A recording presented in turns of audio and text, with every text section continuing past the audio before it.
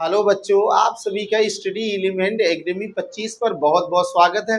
देखिए बेटा, आज हमारा जो टॉपिक है वो है elevation of boiling point. Boiling point का मतलब है कि क्वथनांक में उन्नयन। उन्नयन का मतलब है क्वथनांक को बढ़ाना।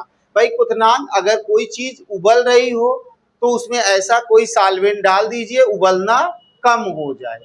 अगर उबलना कम हो रहा है मीन्स बॉइलिंग पॉइंट कम है। हमें बॉइलिंग पॉइंट क्या करना है? बढ़ाना है। बढ़ाने के लिए क्या क्या तरीके हैं उसको जरा सा हम सीखते हैं। सबसे पहले देखिए, हमारा जो एलिवेशन ऑफ बॉइलिंग पॉइंट है उसे हम किससे रिप्रेजेंट करेंगे? डेल्टा टीवी से रिप्रेजेंट करेंगे।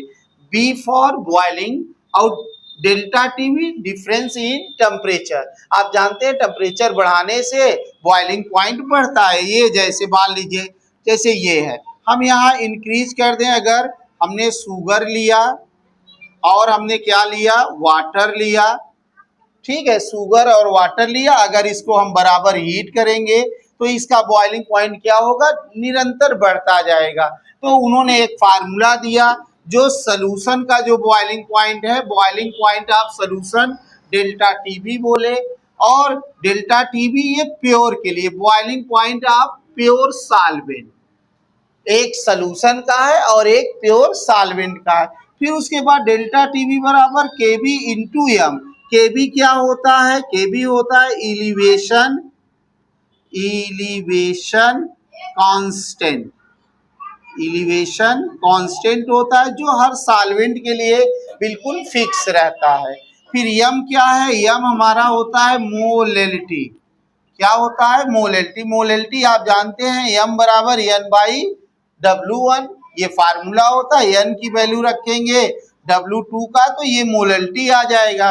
फिर मोलेलिटी के लिए डेल्टा टीबी बराबर केबी लिख देंगे। मोलेलिटी का ये फार्मूला लिखा है, हम लोग जल्दी से लिख लेंगे। ये इस तरह से लिख लेंगे M2। अब M2 क्या है? Molar mass of solute. ये है मोलर मास ऑफ सॉल्यूट। तो बड़ा महत्वपूर्ण चीज है कि ये एलिवेशन ऑफ बॉइलिंग पॉइंट आप समझ जाइए, क्योंकि ये बड़े आसान भाषाओं में लिखा हुआ है और यही हमारे क्लास 12th में अक्सर पूछा जाता है। अगर बच्चों हमारी वीडियो आप लोगों को अच्छी लगी हो तो एक लाइक जरूर करिएगा।